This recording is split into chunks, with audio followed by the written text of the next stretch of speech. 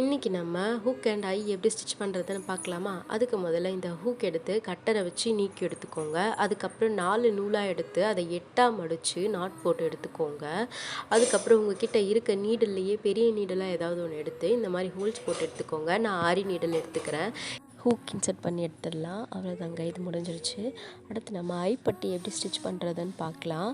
அதுக்கு நம்ம 4 நூலை எடுத்து அதை 8ஆ மடித்து நாட் போட்டு எடுத்துட்டு இந்த மாதிரி நான் வீடியோவில் காட்டுற மாதிரியே ரைட் சைடில் இருந்து நூலை விட்டு நாட் போட்டு எடுத்துகிட்டே வாங்க. கிட்டத்தட்ட ஒரு 7 ஸ்டிச்சஸ் கிட்ட வரும். ஸ்டிச்சஸ் கம்ப்ளீட் ஆனதுக்கப்புறமா இது வரைக்கும் ரைட் சைடில் எடுத்து நாட் போட்டிருந்த நூலை எடுத்து இப்போ கடைசியாக லெஃப்ட் சைடில் இருந்து நாட் போடுங்க. அப்போ தான் அந்த பின்னல் ஃப்ரண்ட் பக்கமாக வரும். அவ்வளோதாங்க. அதுக்கப்புறமா ஃப்ரண்ட்டில் இருக்க அந்த த்ரெட்டை பேக் சைடில் இன்சர்ட் பண்ணி பேக் சைடில் சேஃப்டிக்காக 2 நாட் போட்டு எடுத்துக்கோங்க. அவ்வளோதாங்க, ஐப்பட்டி முடிஞ்சிருச்சு. இது ஆக்சுவலி ரொம்பவே ஈஸி தான். நீங்கள் ட்ரை பண்ணிகிட்டே இருந்தீங்கன்னா உங்களுக்கு இது ஈஸியாக வந்துடும்.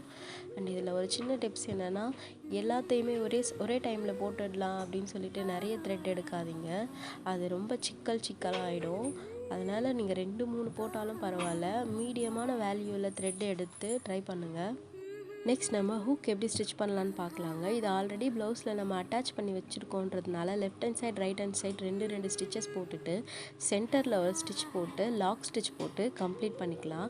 இந்த மாதிரி யூஸ்ஃபுல் வீடியோஸ்லாம் உங்களுக்கு வேணும்னா நம்மளுடைய ஹேர் ஃபேஷன் டிசைனர் சப்ஸ்கிரைப் பண்ணிக்கோங்க. பாய்.